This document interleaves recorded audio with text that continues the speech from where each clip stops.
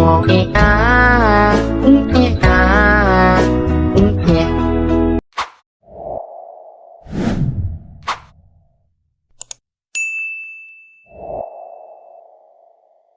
karena penasaran, petugas ini pun segera langsung membuka kantong kresek itu. Dan ternyata di dalamnya bukan sampah, Wak. Hai, wassalamualaikum warahmatullahi wabarakatuh. Terima kasih sudah klik video ini. Oke, Wak, jadi di malam ini aku datang kembali menemani weekend kalian dengan menceritakan satu kisah kriminal yang terjadi di negara Malaysia, Wak, pada tahun 1993. Kejadiannya memang udah lumayan lama, tapi peristiwa ini tuh sangat membekas sekali bagi warga Malaysia karena betul-betul menggemparkan kali, Wak, di masa itu. Kasus ini merupakan tindak kriminal penghilangan nyawa sadis yang menimpa seorang wanita single parent yang berprofesi sebagai penyanyi di sebuah bar, Wak.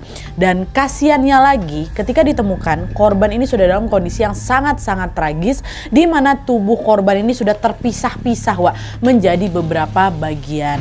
Dan setelah diselidiki oleh polisi, ternyata pelaku di balik tindak kriminal itu adalah orang terdekatnya yang juga terlibat masalah cinta segitiga dengan korban. Nah, penasaran dengan kisah selengkapnya? Jadi tanpa berlama-lama kita langsung masuk aja ke ceritanya ya. Check it out.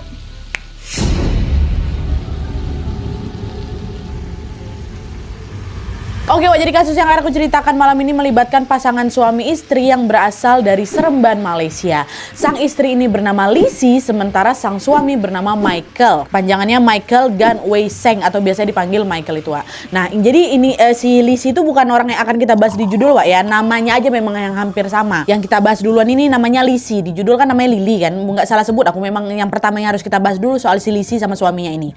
Nah jadi pada saat itu Michael dan juga Lisi ini memiliki profesi yang sama, Wak, yaitu sama-sama bekerja sebagai guru piano di Kuala Lumpur, Malaysia. Nah, dari pekerjaan itu mereka ini hidup berkecukupan dan tidak pernah kekurangan satu apapun. Selain mapan secara finansial, pernikahan Lili dan Michael ini juga berjalan baik-baik saja, Wak. Mereka saling menyayangi, selalu harmonis dan tidak pernah terlibat pertengkaran yang serius lah gitu. Keharmonisan itu juga semakin bertambah lagi karena pada tahun 1992 Lisi hamil anak pertama, Wak, dan berita kehamilan itu pun membuat Michael makin sayang lagi dan juga makin perhatian lagi lah itu sama istrinya kan. Tapi rupanya keharmonisan itu tidak bertahan lama, Wak, karena pada suatu hari keluarga mereka ini terusik dengan kemunculan teror telepon dari seorang wanita yang tidak mereka kenal ya. Nah, jadi ceritanya pada suatu hari di tahun 1992 ini, Lisi yang pada saat itu sedang bersantai di rumahnya itu dikejutkan dengan panggilan telepon di rumahnya. Lisi beranjaklah bangun dari tempat duduknya dan langsung bergegas mengangkat telepon rumah itu. Nah, pas diangkat, Wak, di ujung telepon sana ada suara seorang wanita yang bilang, "Halo, permisi, ini benar nomor teleponnya Bu Lisi bukan?" Kata si perempuan ini kan. "Oh iya betul, saya Lisi, ini siapa ya?" "Oh iya, salam kenal, nama saya Nyonya Wong. Saya mau nyari guru les piano buat anak saya." "Nah, dengar-dengar Bu Lisi ini guru piano ya, apa bisa ngajarin anak saya, Bu?" Kata si Nyonya Wong itu kan. "Oh gitu, kemungkinan bisa, Bu, tapi saya lihat jadwal saya dulu ya." "Oh iya, Bu, nggak apa-apa, pokoknya saya mau anak saya diajarin sama Bu Lisi ya," kata Nyonya Wong lagi. Nah, obrolan Lisi sama Nyonya Wong ini awalnya ya itulah normal-normal aja kan.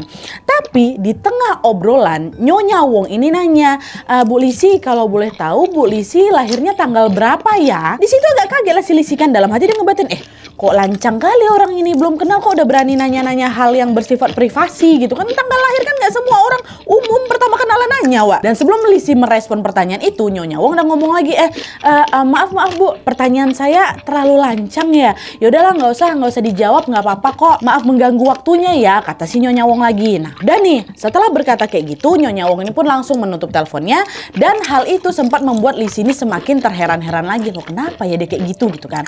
Tapi meskipun ngerasa aneh, Wak, waktu itu si Lisi ini nggak mikir yang macam-macam. Dia hanya beranggapan kalau Nyonya Wong ini adalah ya udah orang iseng aja yang nggak perlu dianggap serius lah gitu. Entah mungkin dia basa-basinya kelewatan atau mungkin basa-basinya salah apa kayak gimana, dia sampai nanya tanggal lahir aku gitu kan. Cuma pertanyaan random aja yang mungkin nggak sengaja juga Nyonya Wong ini katakan gitu.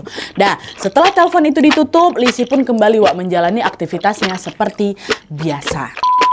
Terus keesokan harinya Wak, sekitar siang hari, Lisi dengar lagi telepon rumahnya berdering. Diangkat lagi lah sama si Lisi kan telepon itu kan, dan ternyata yang nelpon ini Nyonya Wong lagi. Yang kemarin baru nelpon si Lisi itu, dia lagi yang nelpon kan. Si Lisi nanya, "Oh, ada apa Nyonya Wong? Ada yang bisa saya bantu lagi?" gitu kan. Nyonya Wong jawab, Bu Lisi tuh belum jawab loh pertanyaan saya kemarin. Ibu tuh lahirnya tanggal berapa? Terus kalau boleh tahu alamat ibu tuh di mana ya?" kata gitu kan. Nah, mendengar pertanyaan si Nyonya Wong ya, Lisi jadi makin gak nyaman lagi kan. Lisi balik nanya lagi, "Loh, emang kenapa sih Bu? Ada urusan apa? Kamu tuh kok nanya tanggal lahir saya sama alamat saya? Saya kan gak buka les private di rumah saya, Bu. Dan anehnya kenapa dari kemarin Ibu nanya tanggal lahir saya? Buat apa?" Lagi-lagi setelah Lisi menanyakan hal itu, Nyonya Wong langsung mengakhiri telepon itu tanpa menjawab sepatah kata apapun dari responnya si Lisi tadi, Wak.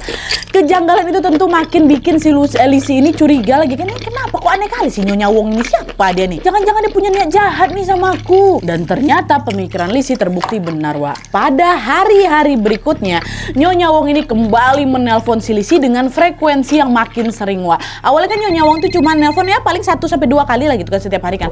Setelah itu makin lama makin intens, Wak, teleponnya sampai bisa 10 kali dia nelpon dalam sehari itu. Bayangin apa gak terganggu si Lisi itu, Wak. Mana dia lagi hamil pula ya kan. Dan anehnya lagi, Wak, setelah telepon yang berikutnya ini diangkat sama siapa? Sama si Lisi, Nyonya Wong ini malah melontarkan kata-kata bernada ancaman. Jadi bukan lagi soal keperluan lesbian atau tanggal lahir atau alamat lagi, Wak, bukan. Jadi macam dia ini bilang dia tuh bakal nyakitin Lisi, ku sakitin kok nanti ya. Hidup kok nggak bakal tenang loh Bu Lisi. Dan bahkan, Wak, Nyonya Wong ini juga mengancam akan menghabisi nyawanya Lisi tanpa menjelaskan alasannya. Pokoknya dia cuma bilang, "Aku bunuh kok ya Lisi ya," kayak gitu. Tapi nggak dia bilang alasannya kenapa. Salah aku tuh di mana tuh nggak ada dikasih tahu gitu loh, Wak. Nah, selain mengancam nyawanya Lisi, puncaknya, Wak, Nyonya Wong ini juga membuat sebuah pengakuan yang bikin si Lisi ini terkejut.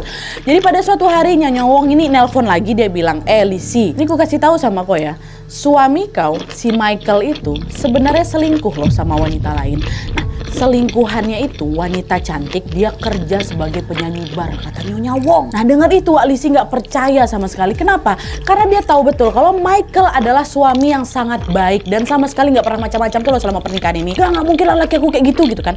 Cuman meskipun dia meragukan pernyataan dari Nyonya Wong yang belum pernah dia ketemu ini nih, Wak, di sisi lain Lisi juga agak penasaran, kepikiran juga, betul nggak ya suamiku selingkuh ya? Nah, nggak tahan dengan pikiran itu, akhirnya Lisi pun memutuskan untuk bertanya langsung dan menceritakan keresahannya kepada si suaminya nih, pada si Michael. "Sayang, beberapa bulan ini kok aku tuh sering kali loh dapat telepon dari wanita misterius namanya Nyonya Wong. Terus dia kemarin bilang kalau kok udah selingkuh sama wanita lain. Betul nggak itu, ha? Kebetulan selingkuh ya dari aku," kata si Lisi. Dengar itu dia elak lah sama si Michael. "Apa sih? Ngapain juga aku selingkuh? Kan kau tahu gimana sayangnya aku sama kau. Lagian siapa pula Nyonya Wong? Apa pula aku lebih percaya sama dia? Kok aja nggak kenal sama dia, belum pernah juga aku ketemu sama dia kan. Udah, mulai sekarang nggak usah lagi angkat telepon dari dia. Dia cuma orang iseng aja tuh, nggak ada kerjaan," kata si Michael. Nah, dengan saran ini Lisi pun terpaksa menuruti perkataan suaminya dan dia pun juga percaya, Wak, sama suaminya. Dan sejak saat itu dia sudah tidak pernah lagi memperdulikan ataupun mengangkat panggilan telepon dari Nyonya Wong. Tapi makin gak diangkat, Wak, Nyonya Wong ini justru makin sering lagi nelpon Lisi. Bahkan nih, Wak, ya, dalam satu hari Nyonya Wong ini nelpon Lisi itu dengan panggilan telepon gak cuma 10 tadi kan, nggak, sampai ratusan kali. Dan hal itu terjadi bukan 1, 2, 3 minggu, Wak, ya, tidak. Itu terjadi selama berbulan-bulan sampai si Lisi ini frustasi, Wak. Mana dia lagi hamil pula ya kan, ditelepon-telepon terus. Dan parahnya lagi juga nih, setiap kali Lisi ini curhat ke Michael, dia mengeluh kepada suaminya si Michael tuh macam memberikan jawaban yang kurang memuaskan atau kurang menenangkan hatinya dia lah gitu loh. Nah, nggak tahan dengan semua itu, Lisi pun berniat untuk menyewa detektif swasta untuk mencari tahu siapa nih si Nyonya Wong ini nih. Dan Lisi juga sudah bermaksud untuk menyeret si Nyonya Wong ini ke penjara. Daripada kau ganggu aku terus, ku polisikan aja kau langsung, katanya. Oh, dan ganggu dia. Tapi sebelum niat itu terlaksana, Wak, secara tiba-tiba, entah dia dapat bocoran dari mana nih, Wak, ya, tiba-tiba saja Nyonya Wong ini udah nggak pernah lagi, Wak, nelpon si Lisi, nggak pernah neror lagi. Satu hari itu nggak pernah diteleponnya lagi. Entah dia dapat bocoran dari mana, Wak, ya, dan entah apa yang terjadi sama Nyonya Wong. Tapi yang jelas sejak saat itu Nyonya Wong ini betul-betul menghilang. Udah nggak pernah nelpon lagi, udah nggak pernah lagi neror si Lisi. Menghilang betul lah dia dari kehidupan si Lisi itu, Wak. Tapi walaupun gangguan itu sudah berhenti, Wak, bukan berarti hidup Lisi kembali tenang seperti dulu. Karena tidak lama kemudian Lisi dikejutkan dengan sebuah tindak kriminal sadis yang turut melibatkan keluarganya. Masuk.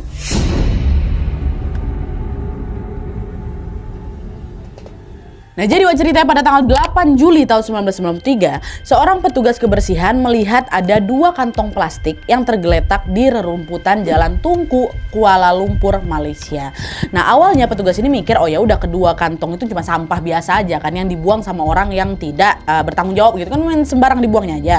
Nah, petugas itu pun segera langsung mengangkat kedua kantong itu dan berniat untuk membuangnya ke tempat sampah. Nah, pas diangkat sama si petugas itu merasa kok kantong ini berat kali ya, terus boe busuk kali. Nah, karena penasaran, petugas ini pun segera langsung membuka kantong kresek itu.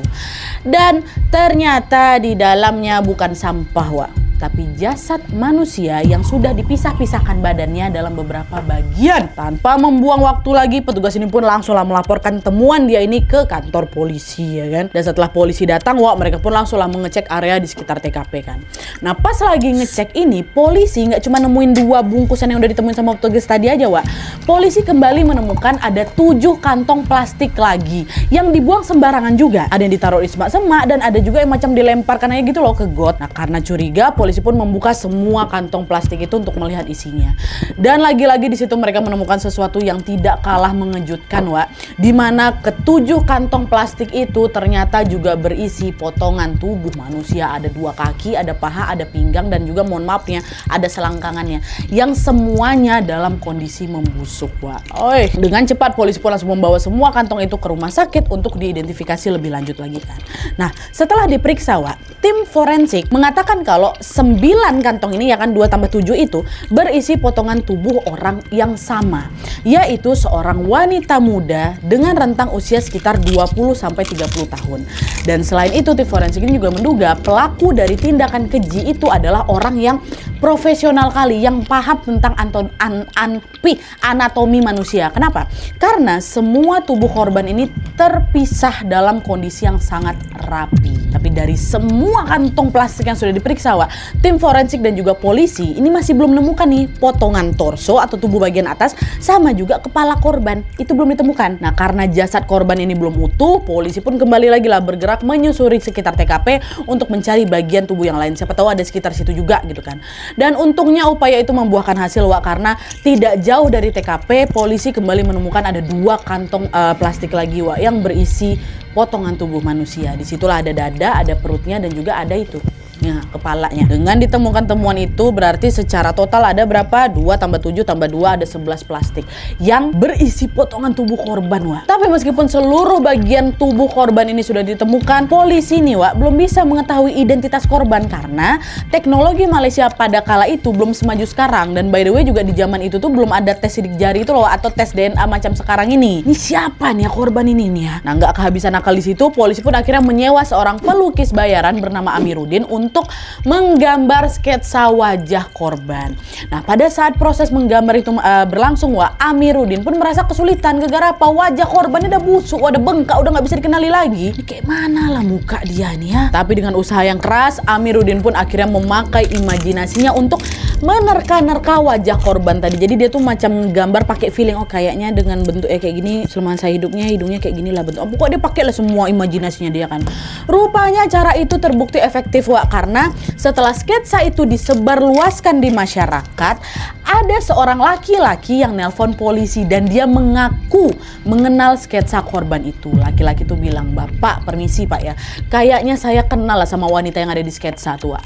Pak, wanita itu mirip macam penyewa kontrakan saya, namanya Lili Chua. Dan setahu saya dia itu kerja sebagai penyanyi di suatu bar, Pak." Nah, ini baru Lili Chua nih, Wak. "Oh, yang benar Pak. Ya udah, kontrakan kamu tuh alamatnya di mana? Kami mau cek dulu lah ke sana, ke tempatnya si Lili Chua ini. Nah, alamatnya di Jalan Kota Baru Kelantan, Pak. Dan akhir-akhir ini juga saya Lili kok jarang kelihatan ya di kontrakan. Kalau Pak polisi mau ngecek ke rumah dia, sudah silakan Bapak datang aja lah ke alamat itu," kata si laki-laki ini. "Oke Pak, makasih ya Pak informasinya," kata polisi kan. Dah lah tuh. Dengan segera polisi pun langsung, Wak, mendatangi alamat yang dibilang sama si saksi tadi ini, si laki-laki atau si pemilik kontrakan si Lili Chua. Nah, sesampainya di sana polisi ngetok lah pintu rumah itu kan berkali-kali, tapi nggak ada jawaban, kan Wak dari dalam. Nah karena udah nggak sabar nih, makin curiga juga kan polisi pun terpaksa mendobrak paksa kontrakan itu setelah ada persetujuan dari si pemilik. Dan setelah pintu itu terbuka, ternyata di dalamnya nggak ada orang sama sekali Wak. Rumah tuh kosong melompong. Nggak ada nih si Lili Chua nih. Tapi meskipun nggak bertemu siapa-siapa, polisi menemukan ada 2 petunjuk yang sangat penting di rumah itu Wak. Pertama, polisi menemukan ada sebuah foto seorang wanita yang sedang bernyanyi di sebuah bar. Terus yang kedua, polisi juga menemukan ada sebuah nomor telepon yang tertulis di secarik kertas. Nah, ketika polisi ngelihat yang bukti pertama ini, penemuan pertama, foto wanita itu kok ya mirip kali Wak sama sketsa wajah yang digambar sama Amiruddin. Iya ding, mirip ding katanya. Jangan-jangan wanita ini korban yang mirip kali mukanya, kata polisi kan. Dan yang kedua, ketika polisi menghubungi nomor yang mereka temukan tadi Wak, dari situ polisi tahu bahwa nomor itu milik seorang wanita yang bernama Cindy Chua. Ini korbannya namanya kemungkinan Lili Chua, ini nomornya Cindy Chua, sama-sama Chua nih belakangnya kan last name-nya. Ditelepon lah sama polisi kan, halo Cindy Chua, ini kamu nih siapanya Lili Chua ya? Kamu kenal nggak sama Lili Chua? Oh iya kenal Pak, Lili Chua itu adik bungsu saya, emangnya kenapa Pak? Nah disitulah polisi pun cerita kalau mereka menemukan ada seorang mayat wanita yang diduga itu tuh kayaknya adik kamu, Lili Chua itu. Dan untuk memastikan dugaan itu, polisi pun kemudian ngajaklah si Cindy ini untuk ke rumah sakit, nengok langsung tuh jasadnya si korban ini, betulan Lili Chua apa bukan tuh. Dah pergilah Cindy tuh ke rumah sakit kan Wak. Dan setibanya di rumah sakit, tim forensik pun mempersilahkan Cindy untuk melihat jasad korban. Dan pas baru ngelihat jasad itu Wak, dalam hitungan detik Cindy langsung mual-mual gegara, dia nggak tega nengok kondisi korban yang mengenaskan depan mata dia tuh Wak. Udah sulit kali dikenali korban itu juga kan. Dan di saat yang sama juga Cindy juga langsung menangis sejadi-jadinya. Lalu dengan suara gemetar Cindy bilang, Pak polisi, kayaknya wanita itu memang betul lah Pak, itu adik saya Pak. Itu betul kayaknya Lili Chua, saya tahu betul dari ciri-ciri fisik adik saya Pak. Bentar Bu, emang ciri-cirinya gimana? Bukannya korbannya udah sulit dikenali Bu, ya kan udah parah kali kan jasadnya kan Wak, orang yang sketsa saja udah bingung gimana gambarinnya, yang udah ngebusuk kali. Nah disinilah Wak plot twistnya. Ternyata Cindy Chua mengenali jasad itu adalah Lili adiknya berkat sesuatu yang bisa dibilang agak cukup sensitif juga Wak. Jadi kata Cindy, adik saya ini atau Lili ini punya, mohon maaf nih Wak, maaf sekali, dia punya kebiasaan mencukur rambut di area vitalnya, ya itu. Dan hal itu dilakukan sama si Lili gegara dia kan kerjanya di penyanyi bar Pak, dia harus selalu tampil seksi dan dia ini juga menggoda para tamu supaya bisa datang gitu ke tempat kerjanya. Nah jasad korban yang termutilasi itu Wak juga memiliki ciri-ciri yang sama Lili, bagian situnya udah tercukur. Dan selain alasan itu, Cindy ini juga mengaku beberapa hari belakangan Lili ini memang juga menghilang Pak, dia nggak ada kabar sama sekali dan susah juga saya hubungi. Nah kedua hal itulah yang membuat Cindy itu sangat yakin betul kalau jasad itu adalah jasad adiknya. Dan untuk memastikan perkataan Cindy Wak, polisi pun kemudian berinisiatif mengambil darah milik Cindy dan juga darah milik korban atau Lili ini. Dan sampel darah itu dikirimlah itu ke Singapura untuk bisa dicocokkan DNA-nya.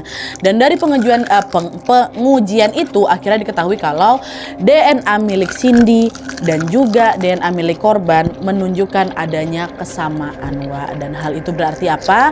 Mereka berdua adalah saudara kandung. Berarti betul Wak, jasad yang mengerikan itu adalah Lili Chua. Setelah terbukti korban itu adalah Lili, polisi pun kembali langsung melakukan penyelidikan lagi untuk mencari tahu siapa pelaku yang sudah tega melakukan aksi sadis ini. Langsung dilakukan penyelidikan besar-besaran.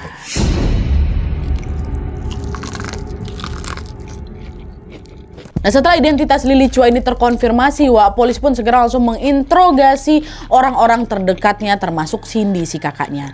Nah dari interogasi itu Wak, polisi pun akhirnya mengetahui latar belakang dari si Lili Chua. Ini aku jelasin ya lumayan nggak terlalu banyak, tapi inilah latar belakang dari si Lili ini Wak ya. Jadi si Lili ini adalah anak bungsu dari 5 bersaudara. Dia lahir dan juga dibesarkan di Kota Baru, Kelantan, Malaysia. Tapi ketika usianya menginjak 15 tahun, Lili ini memilih untuk merantau Wak ke Kuala Lumpur dan kemudian dia menikahlah dengan laki-laki yang bernama Cheng Hun. Nah dari pernikahan itu Lili dikaruniai 2 orang anak yang lucu-lucu semuanya. Tapi pernikahan mereka ini nggak bertahan lama karena pada tahun kedua menikah Lili dan juga Cheng Hun ini memilih untuk bercerai. Nah setelah bercerai Lili ini sempat kesulitan menafkahi kedua anaknya Wak, karena hak asuh anak juga jatuhnya ke dia. Akhirnya dia pun bekerja sebagai penyanyi bar di area Petaling Jaya, Kuala Lumpur. Nah sejak bekerja bekerja di bar itu, kehidupan Lily ini pun berubah drastis. Wah, dia mulai mendapatkan banyak uang dan juga menjalani hidup yang lumayan mewah. Lalu di saat yang sama, karena dia ini sibuk bekerja, Lily pun gak punya waktu buat ngasuh anak-anaknya. Akhirnya Lily pun terpaksa menitipkan kedua anaknya ke sebuah panti sosial, jadi macam panti asuhan gitulah di sana. Dan setelah itu dia lanjut lagi lah ini jadi penyanyi bar. Nah, itu aja Wak sedikit latar belakang dari si korban ini ya. Nah, setelah mengetahui itu semuanya, polisi pun mengerucutkan lagi nih orang-orang yang mereka duga sebagai pelaku, yaitu orang terdekatnya Lily. Siapa? Cheng Hun, mantan suaminya si Lily. Nah, untuk membuktikan kecurigaan itu, Wak, polisi pun segera langsung mendatangi Cheng Hun dan langsung juga menginterogasi dia. Nah, ketika ditanya sama polisi, Cheng Hun langsung bilang, "Pak, bukan saya Pak pelakunya. Saya tuh udah lama loh nggak kontakan sama Lily. Tapi Pak, setahu saya nih dia punya pacar baru. Pacarnya namanya Michael. Dengar-dengar saya juga Michael tuh suami orang, Pak." Michael? Ah, yang bener kamu tahu ini dari mana? Kata polisi lagi kan. Dulu Lily pernah cerita langsung Pak sama saya. Kalau nggak salah saya Pak ya, Michael tuh kerjanya jadi guru piano, guru musiknya si Lily itulah. Nah, dari informasi itu polisi pun segera langsung mencari tahu alamatnya Michael, Wak. Dan setelah alamatnya ketemu, polisi pun langsung membawa Michael ke kantor polisi untuk diinterogasi. Polisi nanya, "Pak Michael, kok kenal sama Lily Chua? Kamu tahu nggak dia udah meninggal?" Kata gitu kan. Langsung pucat mukanya si Michael. "Oh iya Pak, saya tahu." "Oh, tahu kamu ya? Terus kamu tahu nggak siapa yang sudah ngabisin dia?" Dan tanpa diduga Michael langsung bilang, "Saya Pak, saya yang udah ngabisin nyawa dia. Saya juga yang sudah memisahkan dan juga membuang tubuhnya di dalam kantong plastik Pak. Memang saya pelakunya." Langsung jujur Michael, Wak. Michael istrinya si Lizzy, Wak. Saat itu pun polisi langsung nanya lah, "Apa alasan kok, kenapa kok tega ngelakuin hal itu sama si Lily?" Nah, di situ Michael pun akhirnya buka suara, Wak, terkait hubungannya dengan Lily yang ternyata sangat-sangat rumit dan juga berujung macam gini lah. Nah, jadi Wak, menurut pengakuannya Michael, si Lily dan juga Michael ini sudah beberapa tahun belakangan menjalin hubungan gelap atau hubungan terlarang atau selingkuh lah gitu. Nah, selama mereka menjalin hubungan itu, Wak, ternyata Lily ini sering memberikan banyak hal kepada Michael, mulai dari waktunya, tenaganya, kasih sayang, bahkan uangnya. Lily yang ngasih, Wak, untuk si Michael ini. Dan plot twistnya lagi, Wak, hubungan si Michael sama si Lily ini ternyata sudah terjalin sejak Michael belum nikah sama istrinya. Siapa istrinya? Si Lizzy. Jadi mereka ini udah lama, Wak, pacarannya gitu loh. Tapi sayangnya si Michael itu nggak mau nikahin si Lily. Alasannya apa? Alasannya karena Lily hanya seorang wanita penghibur. Dan ngeselinnya lagi, Wak, Michael ini malah menikahi wanita lain yang dianggap lebih baik gitu loh dari si Lily. Itulah dia nikahin si Lizzy. Padahal dia pacaran duluannya sama si Lily itu loh, Wak. Cuman setelah si Michael ini menikah, Wak, Michael ini semacam nggak bisa ngelepasin Lily juga. Dia macam belum bisa move on juga dari si Lily. Alhasil dia pun tetaplah itu menjalin hubungan secara diam-diam dengan Lily tanpa sepengetahuan istrinya. Nah, di sisi lain digitukan sama si Michael, Lily juga nggak terima, Wak, dijadikan simpanan terus-terusan kan. Apalagi Lily kan udah banyak kali berkorban secara materi dan juga secara tenaga pula untuk si Michael ini. Nah, disitulah Lily pun mulai menuntut Michael untuk segera nikahin dia. Tapi meskipun berkali-kali dituntut, Wak, Michael ini tetap kekeh, "Enggak, aku nggak mau nikahin kau Lily, nggak usah kau banyak tingkah, nggak usah kau banyak nuntut-nuntut sama aku. Dari awal kan hubungan kita ini cuma buat senang-senang aja. Lagi pula sekarang aku udah punya istri," kata si Michael kayak gitu. Nah, penolakan itu tentu bikin si Lily makin sakit hati lagi, Wak. Dan hal itu diperparah lagi dengan fakta bahwa akhir-akhir itu si Michael ini jadi jarang nemuin si Lily gara-gara istrinya si Lizzy ini lagi hamil. Nah, kehamilan itulah yang membuat si Lily makin cemburu lagi, Wak. Makin dia punya anak, makin gak bisa nih aku nikah sama dia kan. Nah, kecemburuan itulah yang akhirnya membuat Lily nekat menyamar sebagai Nyonya Wong yang neror Lizzy. Dengan tujuan apa? Untuk hancurin pernikahannya si Lizzy sama si Michael. Jadi Nyonya Wong yang neror si Lizzy selama ini, yang nelpon dia berkali-kali nanya tanggal lahir, nanya alamat dan segala macam dan ancaman-ancaman itu, itulah si Lily Chua, Wak, selingkuhan suaminya sendiri. Dan si Michael juga tahu Nyonya Wong ini tuh adalah si Lily, Wak. Ini kerjaan selingkuhannya tuh. Nah, mengetahui istrinya diteror sama si Lily, Michael ini sempat, Wak, didatanginnya si Lily, diminta, "Udahlah kau stop lah, jangan kau ganggu istri aku." Tapi permintaan itu diabaikan sama si Lily, Wak. Dan semakin hari perilakunya Lily kan seperti yang kalian tahu makin menjadi-jadi kan, telepon-telepon terus kan si Lizzy itu kan. Nah, puncaknya itulah dia waktu si Lily ini yang waktu itu masih nyamar jadi siapa Nyonya Wong, membocorkan pada si Lizzy dikit-dikit kalau si Michael ini sudah berselingkuh. Jadi waktu si Michael ini ditanya langsung sama Lizzy soal selingkuh tuh panik si Michael. Aduh, udah di-spill pula sama si Lily ini. Marah si Michael di situ, Wak. Nah, disitulah dia pun berencana untuk menghabisi Lily supaya dia berhenti mengganggu keluarga kecilnya. Dan supaya aksinya ini berjalan lancar, Michael pun akhirnya ngajak si Lily untuk ketemuan lah di tempat mereka seperti biasa kan. Nah di situ Lily nggak curiga karena awalnya mereka ngobrol-ngobrol santai aja. Michael juga nggak marah-marah, Lilynya juga nggak lagi bete. Pokok moodnya lagi bagus lah waktu mereka ketemu itu. Tapi di saat Lily ini sedang lengah, disitulah Michael langsung dihantamnya benda tajam ke si Lily sampai dia tewas di tempat. Di situ langsung dia tewas Nah setelah si Lily ini tewas, Michael sempat kebingungan tuh di mana mau kubuang jasad ini ya. Tapi nggak lama kemudian disitulah si Michael ini terpikir sebuah aksi sadis. Barulah itu dipisah-pisahkannya jasadnya si Lily, dimasukkannya lah itu ke dalam 11 kantong plastik tadi tuh. Nah habis tuh udah selesai, dibuang-buangnya lah itu secara terpisah di tempat sembarangan itu supaya nggak ketahuan polisi. Dan kisah selanjutnya macam aku ceritakan tadi, akhirnya ditemukan petugas lalalala gitu. Dah gitu kronologinya. Nah dengan adanya pengakuan itu, polisi pun langsung menetapkan Michael sebagai tersangka utama penghilangan nyawanya Lily. Michael terancam pasal pembunuhan berencana dengan hukuman maksimal hukuman mati. Lalu pada tanggal 9 Maret tahun 1994, Michael pun menjalani sidang untuk mendengar vonis hukuman yang akan dijatuhkan. Tapi di saat persidangan berlangsung, Michael ternyata kembali berulah dan dia membuat sebuah pengakuan yang berbeda, di mana pengakuan itu menyulut amarah masyarakat Malaysia dan tentunya memicu emosi keluarga korban. Apa? Masuk. Jadi melalui kuasa hukumnya, Michael ini mengaku kepada jaksa bahwa dia tuh sebenarnya nggak niat bunuh si Lily. Michael ini mengaku kalau dia hanya ingin menegur Lily gara-gara dia udah neror istrinya. Tapi pada saat dia lagi negur si Lily ini, Lily tuh malah nggak terima. Lily malah ngacungin pisau ke si Michael, mau ngelukain si Michael. Nah karena khawatir terluka, Michael direbutnya lah pisau itu. Terus dia juga makin emosi lagi sama si Lily. Di situ si Michael justru nusuk si Lily sampai tewas. Nah, pengakuan itu menandakan bahwa apa? Bahwa si Michael ini melakukan penghilangan nyawa secara spontan untuk menyelamatkan dirinya. Jadi itu bukan pembunuhan berencana sebenarnya Pak Hakim, Pak Jaksa. Dia hanya mau melindungi dirinya aja gitu, kata si kuasa hukumnya kan. Dan ternyata strategi itu membuahkan hasil karena tim jaksa akhirnya mengubah dakwaan dari pembunuhan tingkat 1 atau pembunuhan berencana itu menjadi pembunuhan tingkat 2 atau pembunuhan tidak terencana. Nah atas tindakan itu adalah Michael pun cuma dijatuhi hukuman 15 tahun penjara aja, nggak jadi hukuman mati. Jadi kalau Michael tuh nggak ngubah keterangannya tuh hukumannya jauh lebih berat lagi tadi, itulah hukuman mati. Tapi dia bilang dia itu untuk melindungi dirinya aja Pak gitu. Tapi meskipun hukumannya sudah berkurang secara drastis tuh Michael tuh ngerasa macam belum puas lah gitu. Michael tidak setuju dengan keputusan jaksa yang 15 tahun itu dan dia mengajukan banding lagi tuh supaya hukumannya dikurangi. Dan entah atas dasar pertimbangan apa tapi yang jelas tim jaksa akhirnya betul dikuranginya lagi hukumannya si Michael. Tadi berapa? 15 tahun dikurangi 3 tahun. Jadi 12 tahun. Turun lagi. Nah singkat cerita, Michael pun mulai menjalani hari-harinya di balik penjara.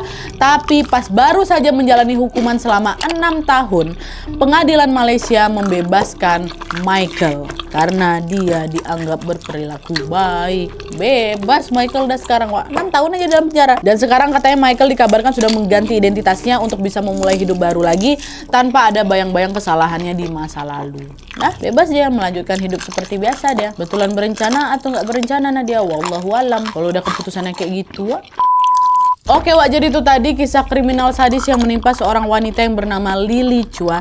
Ini sedikit tambahan informasi aja ya, setelah Michael itu ditangkap sama polisi, apa kabar si Lizzy ini Nadia atau istri si Michael itu. Nah dikabarkan Lizzy itu langsung keguguran dia gara-gara shock berat sama perilaku laki atau kalian. Dan setelah mengalami kejadian tidak mengenakan itu, Lizzy pun memutuskan untuk segera langsung menceraikan Michael dan kembali lagi menjalani hidupnya tanpa kehadiran atau bayang-bayang dari si Michael lagi.